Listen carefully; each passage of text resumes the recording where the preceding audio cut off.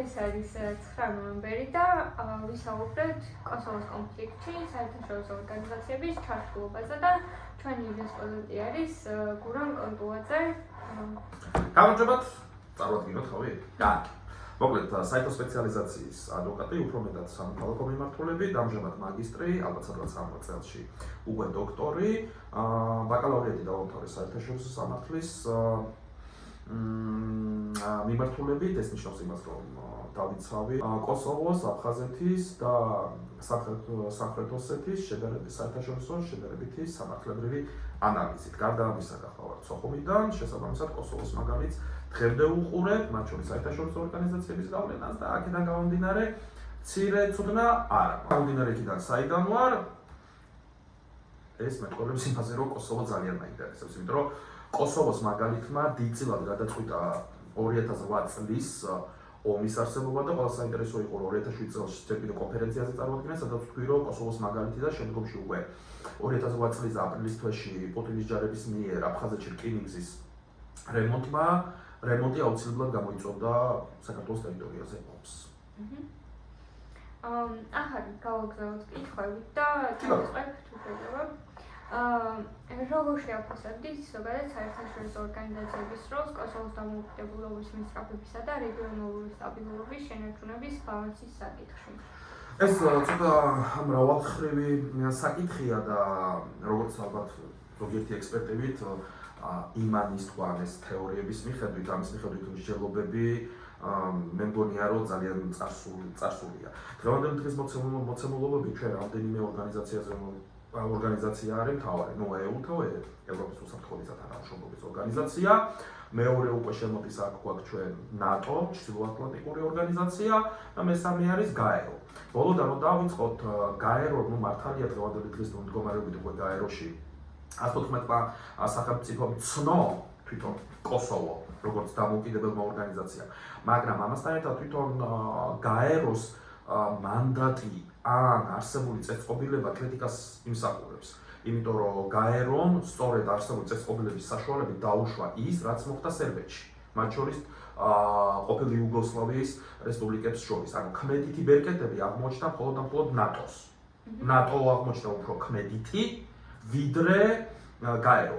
GAERO-ს ქმედითობა შეიძლება ყოფილიყო სახეზე, თუ არ იარსებებდა ასევე მეორე ის დიდი ხუთეული და შესაბამისად იქ არსებული ყველასათვის მსოფლიო წესრიგის დამრღვევად მიჩნეული რუსეთის ფედერაცია.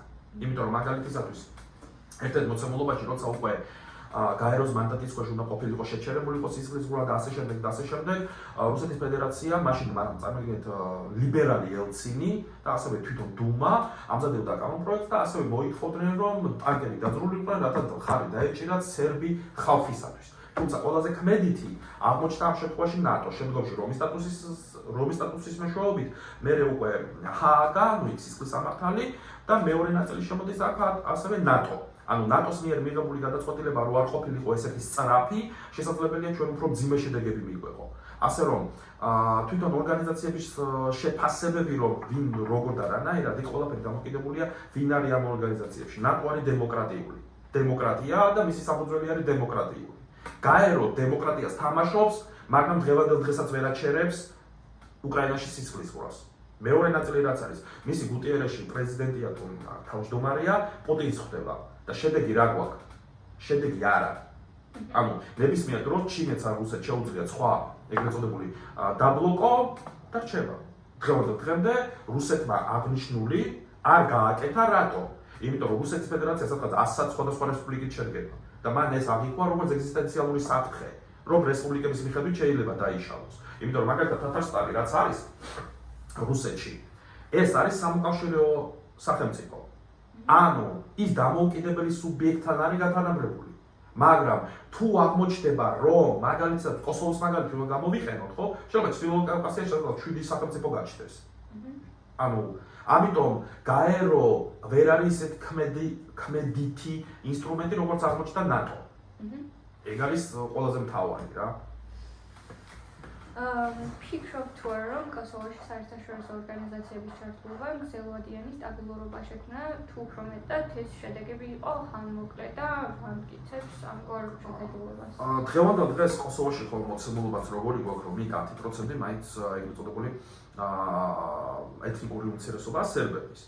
თქვენ თუ დავუკვირდებით აღიარების შემდგომაც წელიწადი არ გავა, 2 წელი არ გავა, რომ არ დაიძაბოს საკითხები. მუდმივი კონფლიქტია. კონფლიქტი შესაძლებელია დღევანდელ დღეს მათ შორის მანდატების მეშვეობით ევროკავშირის ჩართულობით რაღაც ეტაპზე გაჩერებულია, შეჩერებულია.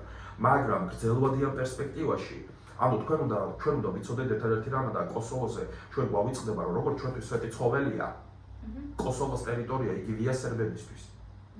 ანუ იქიდან იწყება მაგათი ისტორია, ომი, მათ ბრძოლა და ასე შემდეგ და თვითონ იმ ადგილის მოდით ესე ვთქვათ, რომ იმ ადგილის დამოუკიდებლობის მინიჭება სერბეთისათვის არის ეგზისტენციალური საკითხია.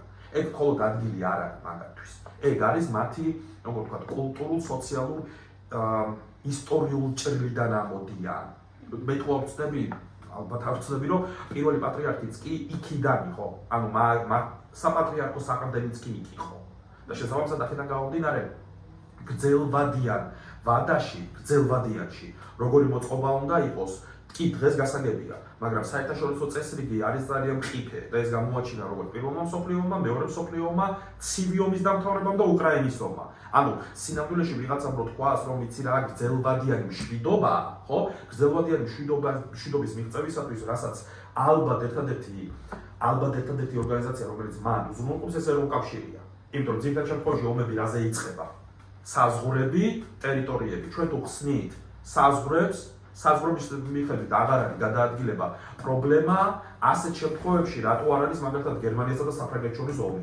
ამ რომელიც ევროპა დაიღალა, წითელი ჯვარი რატო შეიქმნა, ამას ყველაფერი ისტორიული კონტექსტი აქვს და შესაბამისად აქედან გამომდინარე, ერთადერთი რაც მან შესაძლებელია უზრუნველყოს გრძელვადიანი მშვიდობა, ეს არის ევროკავშირი. ოღონდ ევროკავშირის მიმართებაც თლად ერთგვაროვანი ვერ იქნება, იმიტომ რომ მან ჩვენ არ გვაუწყდება, რომ ასევე ესპანეთია და ესპანეთს კატალონია. ანუ არ არის ესეთი მარტივი საკითხი, რომ ეს ალბათ გარკვეული თაობებიან, გარკვეული წლები უნდა დაჭირდეს ამის მისაღწევად.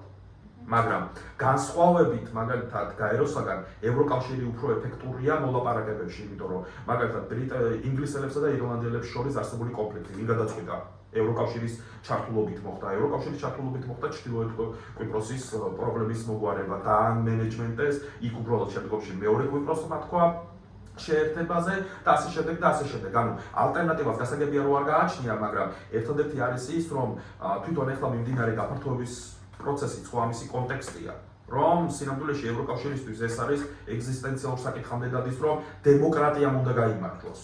ანუ თუ დემოკრატია არ იმარჯვებს, იმარჯვებს ავტორიტარიზმი. ეგ არის და ეგ. მათ შორის ყველაზე საინტერესო საკითხი არის, რომ კოსოვოს მაგალითის დროს ყველას შეიძლება ახსოვდეს მილოშევიჩი გასამართლებელი, მაგრამ ასევე კოსოვოელი საველე მეთაურების გასამართლებელი. და ასევე იმასაც ვერ უარყოფს, უბრალოდ მასშტაბებია იქ ცოტათი სხვადასხვა, რომ სერბებიც ეთნიკური მსხვერპლი იყვნენ.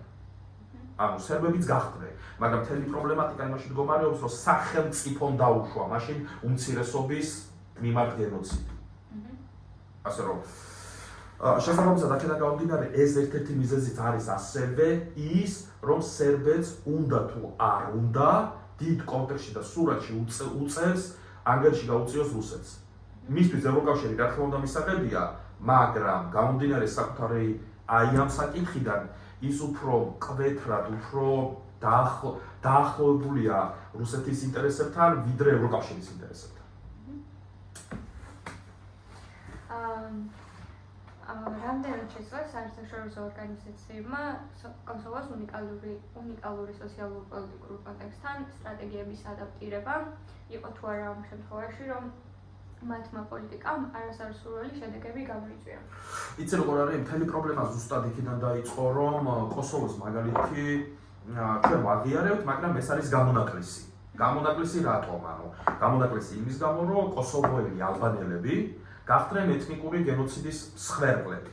შესაბამისად, საერთაშორისო საზოგადოებამ პოლიტიკურ ჭრილში მიიღო ეს გადაწყვეტილება, მათ შორის ამერიკის შეერთებული შტატების თანამდებობით და ბუშის ადმინისტრაციის თანამდებობით, რომ ამ ორი ერის ერთად ცხოვრება შეუძლებელია. იმიტომ რომ არსებული გენოციდი, ანუ ძმათა სასაფლაოები იმდენად სისხლისმიერი იყო ეს თვითონ მთლიანი დაპირისპირება, იმდენად სისხლისმიერი იყო, რომ საგამონაკლისო წესი რატომ გახდა ჯერ ეს არის მთავარი, რომ ყველა უნდა იცოდეს, იმიტომ რომ ეს არ მომხდარა იმის გამო, რომ ვიღაცამ ესე აიჩემა. ეს მოხდა იმის გამო, რომ შეუძლებელია ამ ორი ერის ერთად ცხოვრება. შეუძლებელი ნიშნავს, რომ ერთ მხარესაც და მეორე მხარესაც ვიღაცა ისეთ იყავს დაკარგული ერთმანეთისთვის ისეთ გაუკეთეს, რომ იძულებულია საერთაშორისო საზოგადოება მივიდეს იმ დასკვნამდე, რომ მათ კოსოვოს უნდა ჰქონდეს ცალკე სახელმწიფო, რომ არ დაემართოს მომავალში იგივე.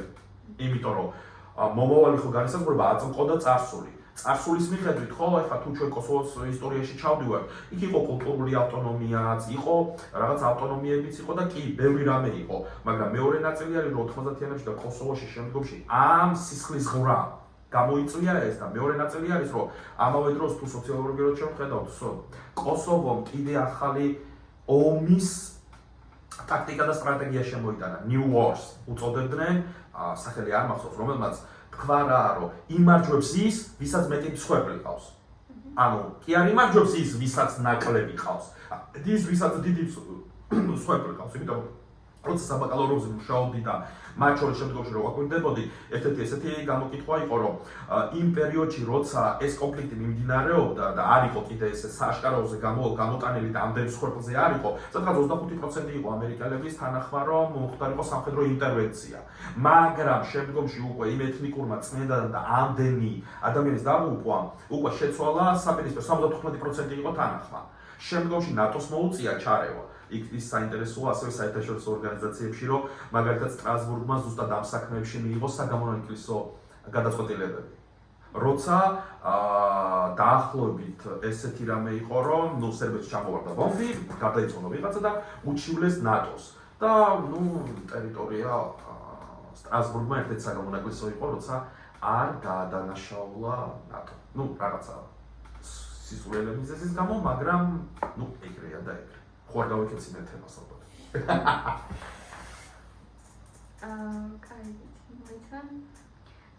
ფიქრობ თუ არა, რომ საერთაშორისო ორგანიზაციებმა, მაგალითად ევროკავშირმა თუ ეფექტურად განახორციელეს ადამიანის უფლებებისა და კანონის უზრუნველყოფის საკითხები, განსაკუთრებული უმცირესობებისთვის და რა გამოწვევს და რა კუთხით? იდეაში მთავარი ეფექტურობა ალბათ ევროკავშირის არის ის, რომ ამ ეტაპისთვის იქ არ მიმდინარეობს ის, რაც მანამდე იყო. იმიტომ რომ პირველი მოლაპარაკებების შემდგომში უკვე დაიწყო თვითონ ევროკავშირმა, პირველი შეხვედრების სერბეთსა და კოსოვოს შორის ევროკავშირის ეგიდით მიმდინარეობს და ევროპისა და ევროპის უსაფრთხოების და თანამეგობრობის ორგანიზაციაც საკმაოდ გავლენას ახდენს, მაგრამ ყოველ წელს ან ყოველ ჯერზე რაღაცა კანონის გამო მაინც მიმდინარეობს, თუმცა მანამდე არსებულს რა თქმა უნდა ჯობია და მათი ეფექტური გამოყენება აქვს ზუსტად ევროკავშირი ხო მშვიდობის პროექტია და თუ ევროკავშირი გადაწყვეტავს და პოლიტიკური გადაწყვეტილებებით იმართება ხა ზოგიერთ ჩვენს პოლიტიკოს რო გითხოთ, თურმე სამართალი პოლიტიკაზე უფრო პოლიტიკა არაფერს არ წვიდავს, თურმე პოლიტიკოსი არაფერს არ წვიდავს, მაგრამ მაგალითად შოლცის განცხადება, რომ ევროპა ლისაბონი და თბილისამდე, ხო? ეს გეოპოლიტიკური გადაწყვეტილებაა პირდაპირ. ეს არ არის იმის გამო, რომ შოლც შეიძლება ეს უნდოდეს, იგივე მიმართებაშია კოსოვოსთან მიმართებაში. იმიტომ რომ თუ დემოკრატია არ იმარჯვებს, სადაც ბრძოლის ველია, გერმანიაში დემოკრატიამ გაიმარჯვა, საფრანგეთში გაიმარჯვა. იქ გაიმარჯვა, მაგრამ იქ სადაც ჯერ კიდევ მწიფე დემოკრატიებია, მათ შორის პოსტკომუნისტური საზოგადოება სადაც არის და განსაკუთრებით კოსოვოში და ამისთან ამბები მოხდა, ხო? თუ იქ დემოკრატია უფრო ეფექტური იქნება, მათ შორის ჩვენთან საქართველოში, ეს ეგზისტენციალურ საფრთხეს მოუხსნის თვითონ გერმანიას. იმიტომ რომ მის მაცხოვრებლებს აღარ უნდა ჰქონდეთ ეჭვი დემოკრატიაში. რომ დემოკრატია მუშაობს ნელა, მაგრამ ის როგორც ყვავილი ასფალტზეც კი ამოვა. თავის შედეგებს გამოიგებს. მაგრამ ეს ნელი მუშაობა განსხვავებით დიქტატურა, ავტორიტარიზმი, ავტოკრატია და ასე შემდეგ, იქ სწრაფად ხდება მოქმედებები. აქ ნელ-ნელა მიმდინარეობს. გრძელვადიან ურთიერთობებზეა გათვლილი. შესაძლოა აქედან გამომდინარე ევროპის უსაფრთხოებისა და თანამეგობრობის ორგანიზაციას კი აქვს თავისი ჩართულობები, როგორც ჩვენ შემთხვევაში ჟენევის შეხვედრები და ასე შემდეგ, მაგრამ ყველაზე ეფექტური მაინც ყოველთვის არის ევროკავშირი, რომელიც მშვიდობის პროექტია, ამასთან ერთად თვითონ ეხლა ბოლოს ჩრდილოეთ მაკედონიასთან გახსნა მოლაპარაკებების და თვითონ ევროპის კონტინენტზე მშვიდობა ეს არა მარტო იმათ საჭიროა თვითონ კოსოვოსთვის, არამედ საჭიროა თვითონ ევროპისათვის. იმიტომ რომ მეორე მხრივ ევროპას საერთაშორისო ორგანიზაციები და ასე შემდეგ ყველაფერს თავი გავანებოთ. არ საერთაშორისო წესრიგი ყველაფერი იქნება რითი? იმითი რომ მაგალითად ეს წესრიგი არ აინტერესებს რუსეთის ფედერაციას. ეგზისტენციალური საფრთხეა თვითონ ევროპის დემოკრატიისთვის ის რეჟიმი რაც არის. შესაბამისად იმისათვის რომ საკუთარ მოქალაქეებს დაანახოს რომ ეს დემოკრატია უნდა იყოს, მან უნდა მოახერხოს როგორც ჩვენთან, ასევე კოსოვოში, ასევე სერბეთში ამ დემოკრატიის ჩაბეტონება. ანუ და შესაბამისად ეფექტური საშუალებები ამისათვის რა უნდა იყოს ფინანსური მხარდაჭერა რა თქმა უნდა არის იქ მოლაპარაკებების წარმოება და ასე შემდეგ. თორემ თუ ევროკავშირის გრძელვადიან სტრატეგიაში არ იქნება ან კოსოვო ან სერბეთი, იქ სავარაუდოდ კვლავ მოხდება ის რაც მოხდება. ეგ არის და ეგ. რა არის ყველაზე მდგრადი გავლენა დადებითი ან უარყოფითი, რაც საერთაშორისო ორგანიზაციების ჩართულობას კოსოვოში მოუტანია? კოსოვოს ყველაზე მთავარი ალბათ არის ის, რომ ეთნიკური წმენდა შეწყდა, რომელიც კიდევ არავინ არ იცის რას მოუტანდა. არავინ არ იფიქროს, რომ იქ მხოლოდ და მხოლოდ ერთმა მხარემ იქ მათ შორის რასაც პროპაგანდა იყენებს, მე უკვე რუსული პროპაგანდა იყენებს, ძალიან იყენებს, რომ არავინ არ უნდა იფიქროს, რომ იქ მხოლოდ და მხოლოდ აი მეჩეთების დარღვევა, მართლმადიდებლო ეკლესიებზე და ასე შემდეგ მიდიოდა. შესაბამისად აქედან გამომდინარე ყველაზე მთავარი რაც იქ მოხდა მოხერხდა ნატოს მეშვეობით სისხლისღვრიის შეჩერება. ანუ შემდგომში ამან რა გავლენა იქონია უკვე იმაზე რომ 11 სექტემბრის ტერაქტზე, შემდგომში ავღანეთ-ერაყში რომ გაეროს გარეშე მოხდა უკვე ნატოს მიერ ძალისმიერი შესვლა, იქ მეორე ნაწილი შემოდის რომ იყო თუ არა საჭირო, ან ის წესრიგი უნდა მომხდარიყო თუ არ უნდა მომხდარიყო, იმიტომ რომ თუ რუსეთი არ იძლეოდა ნებას, ასეთ შემთხვევაში უნდა გაგრძელებულიყო თუ არა ის სისხლისღვრა. შესაბამისად სამყარო არის ისეთი როგორიც არის.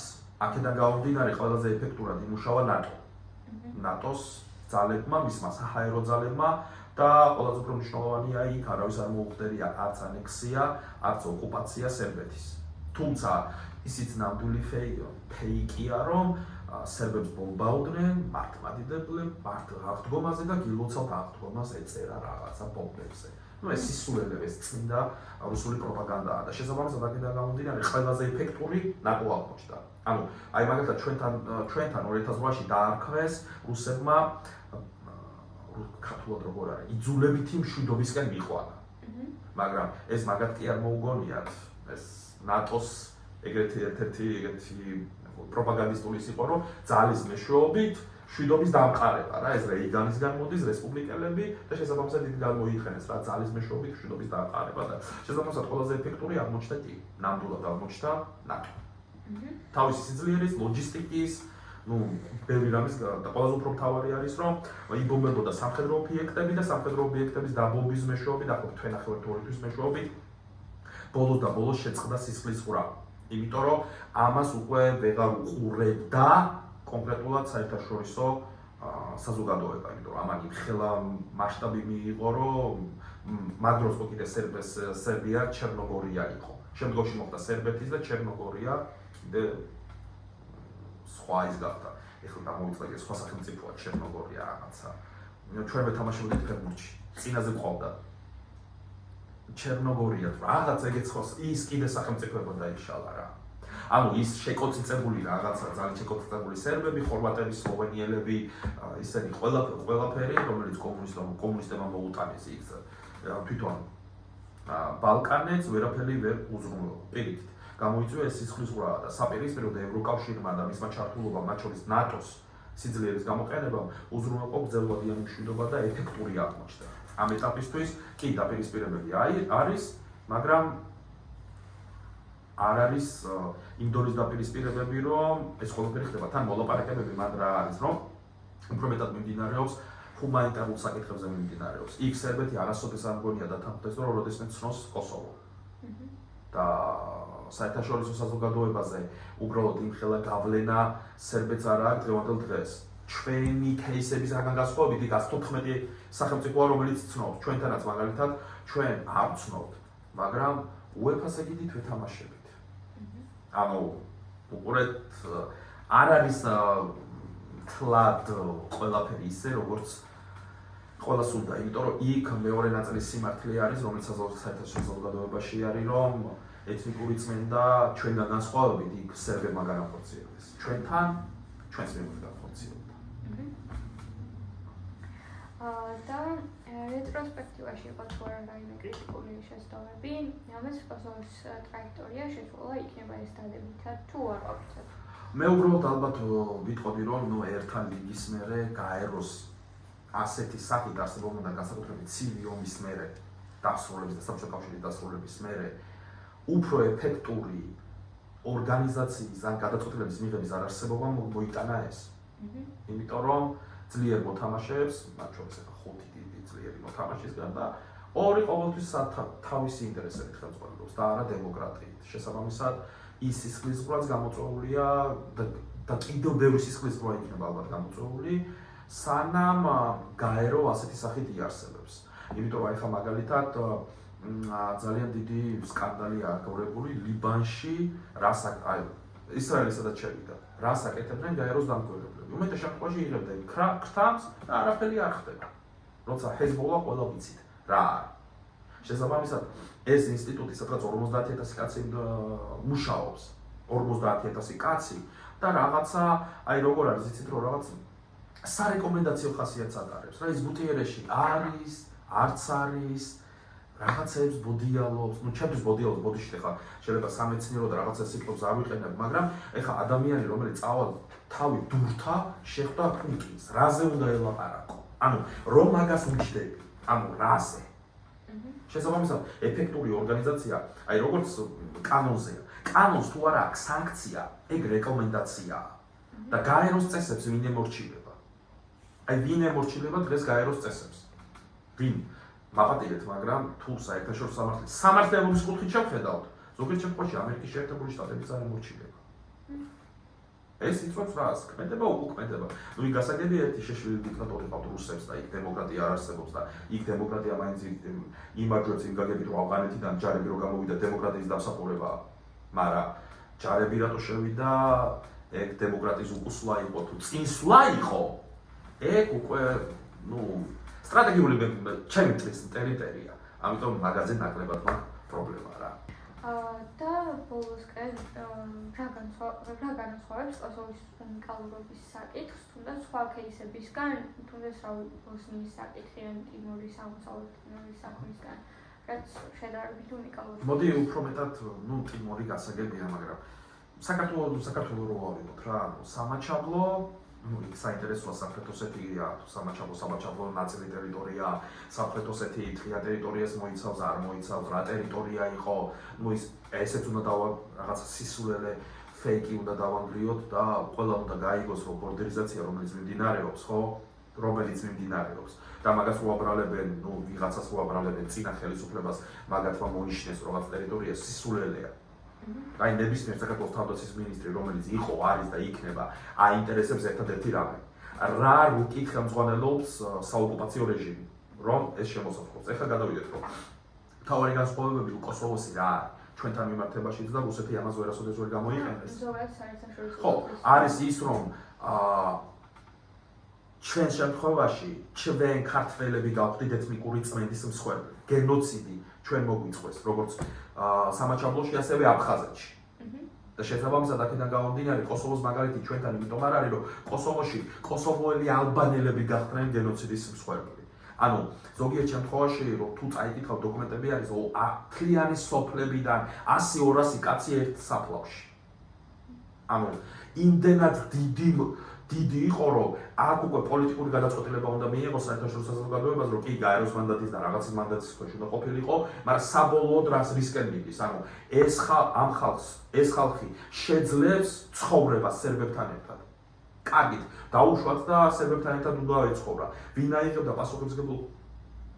პასუხისმგებლობას, რომ დაახლოებით 5 წელში, 10 წელში სერბები იგივეს არ მოაწყობდნენ. ჩვენ არ ვსაუბრობთ აქ ახლა ჩვეულებრივ ჯოკოვიცზე ან ვიღაცაზე. ჩვენ ვსაუბრობთ სახელმწიფო პოლიტიკურ გადაწყვეტილებებს ვინც იღებდა. და იმ გადაწყვეტილებების მიხედვით მილოშევიჩი 2 იქნებოდა თუ არა. თუ იქნებოდა, ასე შემთხვევაში იგივე მოხდებოდა. იმიტომ რომ არ მეორე ნაწილი შემოდის, შეიძლება იგივე კოსოვოებმა გააკეთონ მეორე შემთხვევაში, ხო? ამიტომ ეთნიკური მსხვერპლის დონე იმ დონეზე იყო მისული, რომ მისაღები გადაწყვეტილება უნდა მიიღოთ, ან უნდა ეღიარებინათ, ან უბრალოდ უნდა ეცადათ, რომ ტერიტორიული საზღვრები ყოფილიყო სერბეთში. შესაბამისად, აქედან გამომდინარე, ყველა სახელმწიფო გადაწყვიტა და შესაბამისად ეთნიკური მსხვერპლი რო იყო კოსოვოელი ალბანელები, ამის გამო იქნა მიღებული გადაწყვეტილება, რომ ერთ სახელმწიფოში სერბები და კოსოვოელები ვეღარ იცხოვრებენ. ანუ იმდენად გენოციდიც არის რაღაც სასწაული გააკეთეს. არავინ არ ამბობს, რომ თვითონ კოსოვოელებიც არ აკეთებდნენ, მაგრამ ესეც კი მიუთითებს იმაზე, რომ ეს ორი ერი ერთმანეთში ვეღარ იცხოვრებდა. ანუ იმ ადგილას ვეღარ იცხოვრებდა, თორე 10% ეხლა უმცირესობის სერბების ისევ ცხოვრობენ და შესაბამისად ეს საგამონაკლისო შემთხვევა იყო ერთადერთი და უკანასკნელი. მომავალში რა იქნება? არავინ არ იცის. შეიძლება სულ სხვა მსოფლიო წესრიგი იყოს. ასეთივე წარმატებით ეხლა უნივერსიტეტში ასადაც რომ ვსწავლობდით თვითგამორკვევის უფლება და ეს რომ საერთაშორისო უფლება რაღაცა არის. ნუ სინამდვილეში საბოლოოდ მივდივართ რა, რომ ადამიანები წყიტავენ. წესები და პირობები იცვლება დროსთან ერთად. მე-18 საუკუნეში თუ სამართლიანი ომის რაღაცა პრინციპები არსებობდა, ეხლა დემოკრატია. 1 საუკუნის მერე ან 100 წლის მერე რა იქნება, ეს არც მე ვიცი, არც თქვენ ვიცით, არც ის ვინც მომისმენს და ასე აქედან გამომდინარე, ის რაც მიიღეს აბსოლუტურად სწორი გადაწყვეტილება იყო. ჩვენთვის საკისრებული ეფექტი ის აღმოჩნდა. სამწუხაროდ. თუმცა არამიერების პოლიტიკა ჩვენ სასარგებლოდ ეხლაც მუშაობს. ნუ ჯერჯერობით მაინც. თუ ესე გაგრძელდა, აღარც მაგის იმედი მაქვს. ეგ არის და. არც